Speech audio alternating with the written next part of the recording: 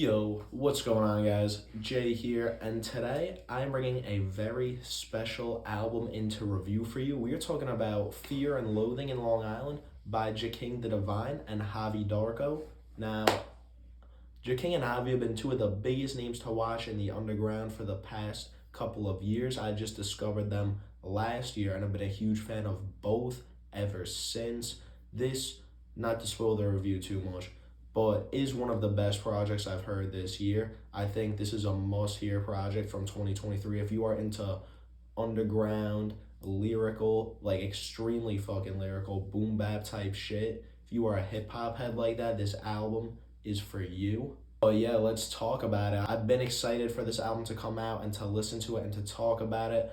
Javi and King both being from Long Island. I'm also from Long Island, different parts of course, but still super cool to see some representation in hip hop. Long Island really doesn't have any notable rappers other than Lil Tecca to come out, and what's he doing for our respect? Yeah, starting off the album with the self-titled intro track, we get King and Javi chopping it up. Very animated, very cartoonish, talking about how they want to leave Long Island, but they're being compelled. There's a force holding them back, and they have to go on this journey of self-discovery and use their rapping abilities to make it out. And it does set up this very, this fun little narrative plot line for the album. Here, Javi and King are just letting you know about this epic journey you are about to embark on while listening to this project. They are getting you hype, and they are letting you know what is good. And moving on to the next track, Bat County, which is the first, song. Man, there are a couple songs up here that I throw for as Song of the Year contenders, and Bat County is definitely one of them. And it kicks off right away with this brash, haunting boom bap instrumental, where King off rip is giving you one of the best verses of the year. Just right away, they're getting right into it. No fucking time wasted here. He's flowing fast over the beat, using some super complex metaphors and vocabulary. You'll see me talking about this a lot because honestly, King the Divine and Javi Darko have two of the best pens in the whole rap game right now. I'm being dead serious. Go through the writing. I bought in some bars, some verses. In terms of lyrical performances this year there are very few albums that are as potent as this one. The ones that come to mind is the Black Thought and El Michelle's Affairs collab album. The name is escaping me right now, as well as Abolished Uncertainties by Jay Skis. And yeah, here King is laying it down, rapping about some mental health struggles, losing friends, experiences with psychedelics. But other than that, we're really just getting some lyrical exercise from King here, and Javi as well, who are really just giving both super stream of conscious flows, showing you just how robust their lyricism could be, how descriptive it could be, and how vivid they could be, as well as how well they could flow on a beat. The both of them never sound out of place on an instrumental on here. Another thing that I appreciate about this album is things like the record crackles and the audio cartoon clips that are littered throughout the project. I mean, they really, give you this super vintage, dingy, authentic underground vibe, showing their influences from people like MF Doom and other legends from the underground scene, as well as just leaving their mark as well, contributing to these trends and things in underground music that the fans love and the artists love to do as well. Moving on to the next track, we have another serious Song of the Year contender in Ghosts of Gilgo Beach. We get another dingy, fast-paced boom bap beat with some eerie violin and drums. Javi Darko starts it off this time, matching the tempo of the beat with another stream of conscious type verse where he raps mainly about two things. One being the murders of Gilgo Beach, which I'll get into in a little bit. And the other thing being just overall drug addiction, his experience, people he knows, and even going at points talking about the effects and how Big Pharma contributes to and allows drug addiction through over-the-counter prescriptions to be one of the biggest problems in America that fucking ruins people's life. Fuck Big Pharma. It should not be that easy to get some of these drugs that Javi is rapping about. But anyways, back what I was saying to the murders of Gilgo Beach, some Long Island lore.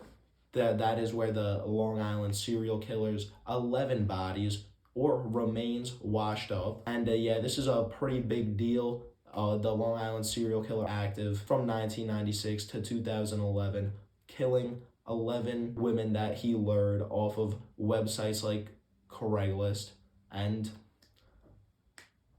I mean, yeah, I hope this doesn't get me demonetized, but I guess I had to catch you up on this because I don't know how much. I don't think the Long Island serial killer is as popular as people like Ted Bundy and Jeffrey Dahmer. But being from Long Island, this is something I learned about in, forensics class and shit like that. And yet, when King the Divine comes on, we're also getting some more lyrical exercise from him, showing us how good he is, getting some commentary, as well as systematic oppression as a whole. On the third verse, we are lucky enough to see Javi and King taking turns unraveling and revealing the underlying meaning of this track, where more or less this whole track is a double entendre. It is about the ghosts of Gilgo Beach, right? The Gilgo Beach murders, the Long Island serial killer. But what it's really about is the fact that Long Island, or Gilgo Beach, is a beautiful fucking beach, very popular on Long Island, of course, but it is haunted by the ghosts of these murder victims. It is haunted by these ghosts, and in the third verse, we see Javi and King connecting that to Long Island as a whole, where it is thought of to be a beautiful, desirable, awesome place, and in a lot of ways it is, but there is also so many underlying issues, like the ghosts of Gilgo Beach haunting the area. You know what I'm saying? There's a lot of underlying issues that people overlook. And we could see that when Javi's laying down lines like, horror stories on Long Island is all that I see. Our beach is pretty, but this should be littered with some dead bodies. The next song, Going Gonzo, is a little bit of a drop off, and it's only because the previous two songs were genuine 10 on 10s. But overall, this is still a great song, despite being one of the weaker ones on the album. On Musket Leather, we see King giving us some personal anecdotes from his everyday struggle, talking about what's going on with him. We do get a great one-liner from King showing his lyrical versatility in a bar like shit faker than Trump's toupee. And later on, Javi gives us some clean flows while he wraps up again, some more lyrical exercise, talking some shit about his family. Overall, we do get another pretty fucking lyrically potent track from King and Javi. Now, here we get to another major highlight, another 10 on 10 track in Malibu Booze Binge. And I will say, this is about a 10-song album. I'm not talking about every song here because there are a good 3 or 4 songs that I have a lot to say about, and I'll also touch on some other ones. So here we pretty much see a drug binge taking a terrible turn with Javi's first verse, and man, this is some of the craziest Slim Shady LP vibes I ever heard. I mean, the storytelling here, how gruesome and graphic it is on par with what Eminem was doing on some tracks on the Slim Shady LP. I mean, like, again, the vivid imagery that Javi is using in his verse is fucking crazy. I don't want to get too deep into this because it's fucking it's pretty graphic and it's a pretty sensitive thing, but over this dark and eerie boom bap beat, here Javi is laying it down about, again, the Malibu Booze Binge. He's on the booze binge and he is, wait for it, shooting up the Vatican and killing the Pope. Now, this is a crazy hypothetical scenario to be listening to a song about, but Javi's rapping is fucking awesome, flows perfect, his lyricism is crazy. There's at no point here where it feels like he's forcing words in to make the story work. Everything flows seamlessly, and again, we get all these graphic scenes, the vivid imagery, the kind that you literally could picture when you think about it. And again, just to give you a little taste, just strangled a nun with a rosary, blunt laced with angel dust, got my head where it's supposed to be. Crazy fucking lyric. And again, that just demonstrates the type of pen that Javi Darko has here. King also delivers an amazing verse like you'd expect, but Javi seriously comes through with a verse of the year contender here. Like I said, SSLP vibes.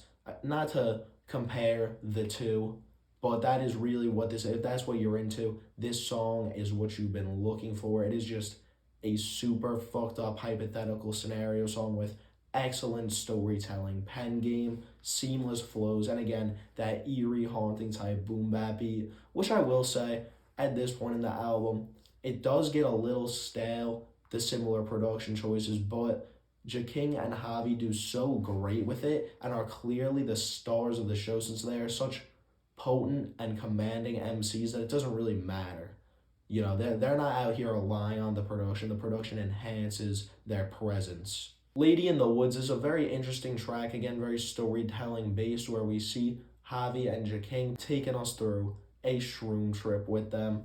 And they do get a more psychedelic boom bap type beat, which also progresses and evolves throughout the song, which is perfect. I really love this instrumental.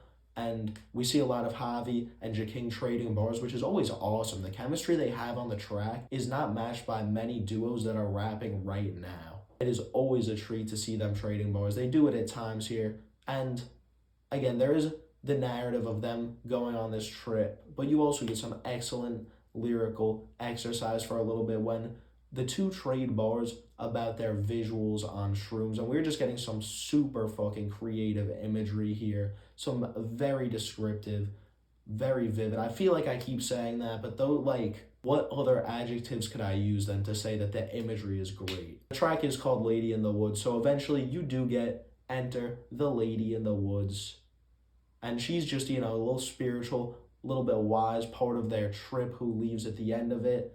You know, it's a storytelling track. Listen to it if you want to find out what it's about like that. But there is your premise.